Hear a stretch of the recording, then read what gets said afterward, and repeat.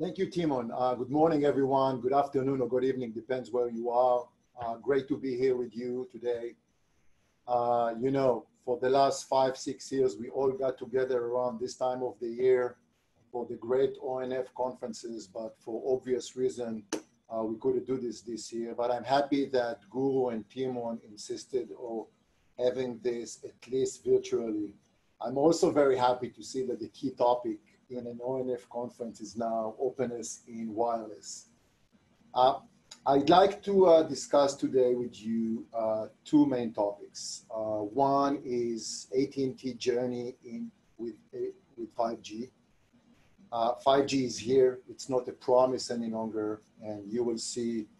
I want you to get a sense of the scale and the speed of what we have accomplished with our 5G build out. And the second topic is obviously we're going to talk, or I'm going to share with you how we think about openness in wireless network, knowing that this is a well-established, large-scale tier one network that has a different set of challenges. You all listened to Tarek now over the last 20 minutes. I have a tremendous amount of respect to what Tarek and his team have accomplished in Japan over the last couple of years. But you're obviously going to see that there's some differences between driving openness from day one in a greenfield network versus trying to accomplish the same in a well-established network. So we'll discuss about those challenges. So let's go through really what we've built over the last less than 2 years. So at the end of 2018, AT&T was the first to launch mobile standard-based 5G. We did it with our millimeter wave spectrum. And a year after, at the end of 2018, we launched our sub-6 network. In between, we were the first to get into 1 gig and 2 gig speeds. And we continued that build and development and advancement into 2020 with the introduction of dynamic spectrum sharing. In last June, AT&T was among the first to introduce and advocate for dynamic spectrum sharing, from the development in our labs through the push through the standards and the specification, and through the fact that our engineers were the first to launch and deploy dynamic spectrum sharing in the US. And I want to take you for a second to explain why this is important. In my view, dynamic spectrum sharing is one of the critical enablement when it comes to scaling 5G. By the way, not just for AT&T, for the industry. And the idea behind this is that for the first time, we can actually share both 5G and LTE on the same channel. In previous network evolution, we literally had to refarm or carve existing spectrum and give it to the new generation, which was never been an effective way of transitioning your spectrum into your new network. And dynamic spectrum sharing is really allowing us to do this very effectively by running both technologies on the same channels. In July, we announced our nationwide 5G. Great accomplishment for us. And in fact, it was timely because this is now where we start seeing a lot of the new devices coming out, and there's a large set of devices in the market, both supporting millimeter wave and sub-6 spectrum, so that nationwide launch was timely. We'll continue to expand both our nationwide and our millimeter wave footprint. Standalone 5G, yet another critical component in the evolution of 5G and scaling 5G, really what allows us to have a true end-to-end 5G capabilities. We are deep into the development and testing of our standalone core, and we're going to start the deployment later this year, and we're going to scale it in 2021. And again, the timing is right for us, because if you think about where the ecosystem here and the evolution of the ecosystem and the ability, for an example, to do carrier aggregation over standalone, we're going to be ready with those capabilities will be out there, because we want to make sure that when we transition our customers, we don't degrade their experience. We are all at AT&T privileged to serve our first responders. We've built the first network, and as we stated publicly before, beginning in 2021, we're going to start migrating the first network into 5G. Our 5G is built on America's best network. We just recently announced last week that AT&T won for the third year in a row America's best network by GWS. We also won for 6th quarter in a row America's fastest network by Ookla. And we're carrying that momentum into the 5G build. We have two flavors of 5G. One that I just described, the nationwide, and you can see the coverage. It's the coverage layer. And we just passed nationwide, and we continue with deploy, and you're going to see more coverage and more spectrum being transitioned into 5G to continue that migration. We also have what we call our 5G Plus, which is our millimeter wave layer. This is what gives us the ability to get into those unprecedented speeds like 1 gig and 2 gig. This is a real speed test on our commercial network over millimeter wave. We already deployed in part of 35 cities, and this will continue. Typically, millimeter wave, we're going to deploy this in areas where, in dense areas, urban areas, in venues, in campuses, where you need those high speed and high capacity. We actually starting to see some developing use cases, both on our consumer side. If you think about gaming, if you think about an entertainment grade network, leveraging our assets with Warner Media and HBO Max. At the same time, we are leveraging the fact that we are serving enterprise, over 2 million enterprise customers in different sizes. And the level of interest from our enterprise customers in what 5G can do for them is really encouraging. And if you think about this, and we talk about the architecture, the fact that we can now extend the wireless network into an enterprise allows customers to have a cost-effective way to build a 5G network where the data stays on-prem. They have high reliability and low latency because there's an edge node in their premise. And many of our customers in manufacturing, in healthcare, in education, in military, and in other verticals are showing a lot of interest, and we have a lot of 5G enterprise deployments. If you heard me talking before about 5G, you heard me saying many times that 5G is not just a network evolution. It's actually a paradigm shift. And it's a paradigm shift for some of the reasons that Tarek described, and let me elaborate on them. So typically we talked about the fact, 5G comes with those higher speeds or much improved latency, much improved reliability, the ability to move from into massive IoT where we can support millions of devices in a square mile.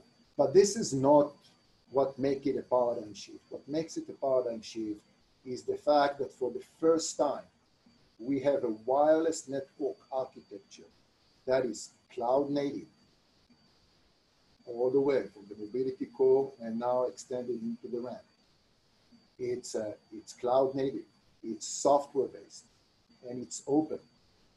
And all of those things are now becoming a reality with 5G. And now, why this is important? It's important for a couple of reasons, because now we can bring together 3 technology trends and converge them together. So think about software-defined networking, something that AT&T is participating in leading for the last 5-6 years. You can now take software-defined networking and leverage this over 5G at the edge. And now, what is the edge? The edge is literally a distributed cloud. So now we have the ability to converge compute, storage, and networking much closer to our customers. And with that, we can achieve many things. A couple of examples is now think about, can we shift capacity in real time? Now the answer is yes. We have an intelligence network that is controlled by software-defined networking. We have a 5G, which is, a lot of this is based on cloud native and the ability to migrate workloads around. And we have the ability to deploy this at the edge in real time, addressing real-time demand. So that's one example. The other example is when we think about low latency and high reliability and all of those use cases that are in many cases associated with 5G, such as driverless cars, mobile gaming, virtual reality, augmented reality. All of these use cases, all of those immersive use cases that will show up over time requires low latency and high reliability.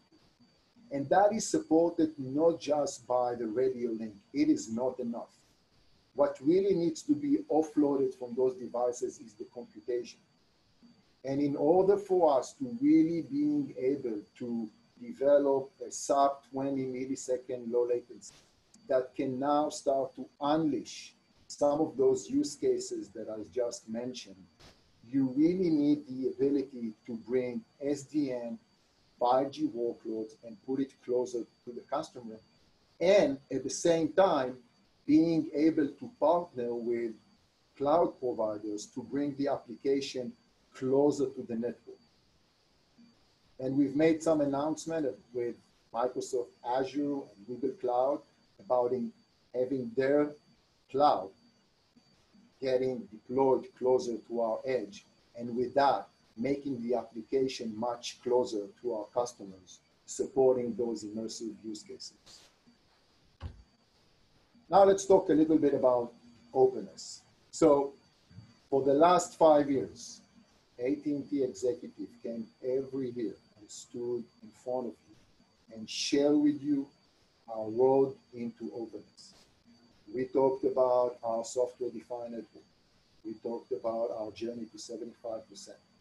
We talked about ONAP. We talked about Denos. We talked about Akrano. And we talked about Airship. And we talked about how we disaggregating our routing and switching stuff. And we talked about the fact that we're already deploying these other white boxes in our cell-site routers.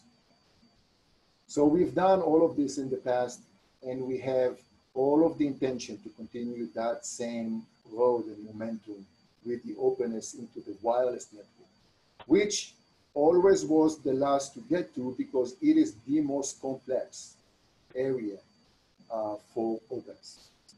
Now, before we talk about some of the examples of what we're doing, let's talk about why this is important. Well, if you think about 5G, it brings new capabilities and new level of complexity. There's new spectrum. There's new capabilities like beamforming and massive MIMO. But more than this, you know, we are all in the same business, but we do operate different networks. We might have different type of customers, different spectrum position, and our ability to develop more tunability into the network, more customization, more automation. Derek mentioned this, is now dependent on the fact that the network is open, because then, for an example, you can take advantage of capabilities like AI and machine learning that we have years of experience in AT&T, and allow us to take advantage of what we build either internally or using with third-party collaborators and partners to bring those capabilities to really deploy a full tunable, a customized network that can operate with closed loop automatically, with full automation. So that's one reason. The second reason is that most of our wireless network, they perform very well, but they're closed. It served us very well up to this point, but 5G is the time where we need to start thinking about openness. That should help us to drive to a better total cost of ownership. That should help us to get to a point where we have a much broader ecosystem and vendors and suppliers. That is what should help us to drive and foster innovation in our ecosystem. And because when you start to open this up and you have declared open specification and open architecture, more participants can come in and say, we want to participate. And the more you disaggregate the network, more participants can say, you do not have to develop the full stack. We can participate in that area.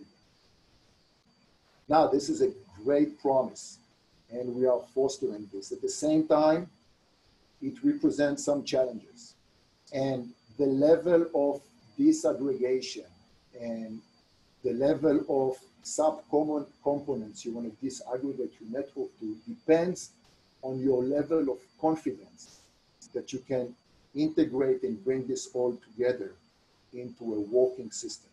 No matter if you do this yourself internally, that integration, or you use your incumbent vendors, or you use someone else, that integration is probably one of the largest challenges when it comes to that journey. But I have no doubts that with our support and other support, this will get resolved. But I just don't want people to miss that point. So this disaggregation and interoperability are extremely important to help us to continue to scale 5G. Now, a couple of things on how we support this and what we're doing. So first of all, we're one of the founding members of the O-RAN Alliance. The O-RAN Alliance is the place where we are all collectively should work on the open architecture and on the specification of the interface. It is really important that we all be on that same journey. The good news is that we're not alone. There's dozens of operators and several dozens of vendors are all part of O-RAN. So I cannot stress enough the importance of the O-RAN Alliance. When you think about the stack and the evolution of the openness, you understand that not everything is going to be ready and specified at the same time. One of the things that I believe we all agree that has a higher level of maturity is the open frontal. And I can tell you that we in our 5G network already deploying an open frontal interface. The third one is that we are participating in the O-RAN software community. In fact, we were one of the members that got it started. We are developing in a co-create collaboration with Nokia open source in the E2 and the eRIC space, the RAN intelligence controller. And I can tell you, and we talked about this publicly, that we've already done some trials on our 5G millimeter wave network in New York. And we demonstrated that we can have external apps communicating with the radio network to collect data and metrics and being able to deploy different types of XAP over that E2 and RIC interface. And I'm mentioning this because Auguste and others talked about the fact that ONF now is part of O-RAN. And I was extremely happy to hear that because I think that is a good way to bring the ONF experience and development scale into the O-RAN effort. And it is extremely important for us that even if you have a different flavor of an SD-RAN, an XAP that is developed by us or by anyone else can be seamlessly working on different implementation of a RIC. And I think it's extremely important for all of us to avoid any friction at this point when it comes to that effort into openness. So again, thank you, ONF, for joining ORAN and bringing your expertise and development capabilities into the ORAN software community and participating in the various working groups. So just to summarize, it's been a journey. 5G is now nationwide in the US. We got to the point that we scaled. We were able to deploy both millimeter wave, start to transfer our sub-6, deploy capabilities like dynamic spectrum sharing. And at the same time, we are forcing and leading and participating in the openness effort. We're not going to use the fact that this is an established network as an excuse for not driving for openness. We will absolutely drive for openness, and we will absolutely drive the industry to get to a point where we have a completely open architecture with well-defined specification, with a live open source community. And the open source part of this is important because even if you're not deciding to take an open source part into your stack or you're going to use proprietary code, the fact that there's an open source community out there working on those specifications allows even companies that want to use proprietary technologies to make sure that their proprietary technology works seamlessly over the open interfaces with the remaining of the stack. So I encourage you all to continue and participate and join and contribute into that important open source community. So I look forward to seeing that journey continues. And with that, I'd like to thank you for your time. And Timon, back to you. Igal, thank you so much.